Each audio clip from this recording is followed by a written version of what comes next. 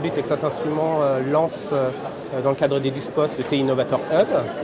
C'est un boîtier de programmation qui a la spécificité d'être simple, autonome et facile, plug and play, directement avec la calculatrice. Les programmes actuels se posent la question de l'enseignement de l'algorithmique et de la programmation. On le voit bien à travers, de manière transversale, que ce soit du collège au lycée et même au lycée professionnel.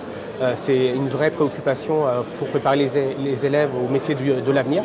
Dans ce contexte-là, on voit dès la seconde, l'algorithmique qui est une vraie problématique.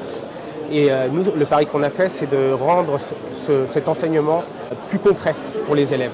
L'une des préoccupations du ministère de l'Éducation, et la ministre l'a rappelé encore tout à l'heure, c'est de donner du sens au code. Et dans ce contexte-là, mettre en situation, dans des situations sociétales, par exemple, en reliant ce hub à la calculatrice, on va pouvoir exécuter des algorithmes et mettre en contexte. Le problème d'un éclairage urbain, pour citer que cet exemple, peut être un sujet proposé aux élèves, un projet, de se poser la question finalement comment est-ce qu'on met en route l'éclairage urbain en fonction de la luminosité réelle de la pénombre. Donc c'est un problème sur lequel ils vont réfléchir, ils vont coder leur ligne sur la calculatrice et exécuter. Et à l'aide du TI Innovator, ils vont pouvoir comme ça mettre en situation et tester ces programmes. Si l'intensité lumineuse mesurée par le capteur est pas suffisante, la diode s'allume.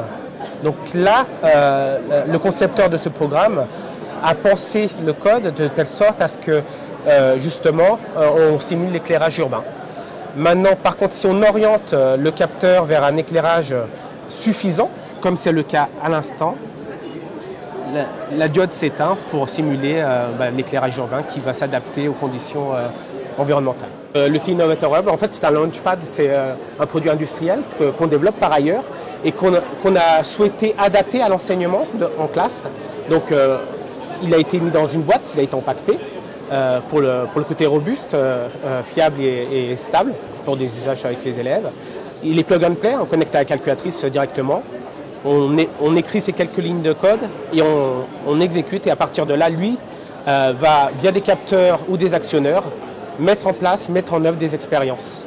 Alors le hub, déjà, par défaut, il dispose d'un haut-parleur, de plusieurs diodes, diodes RGB notamment, et un capteur de lumière.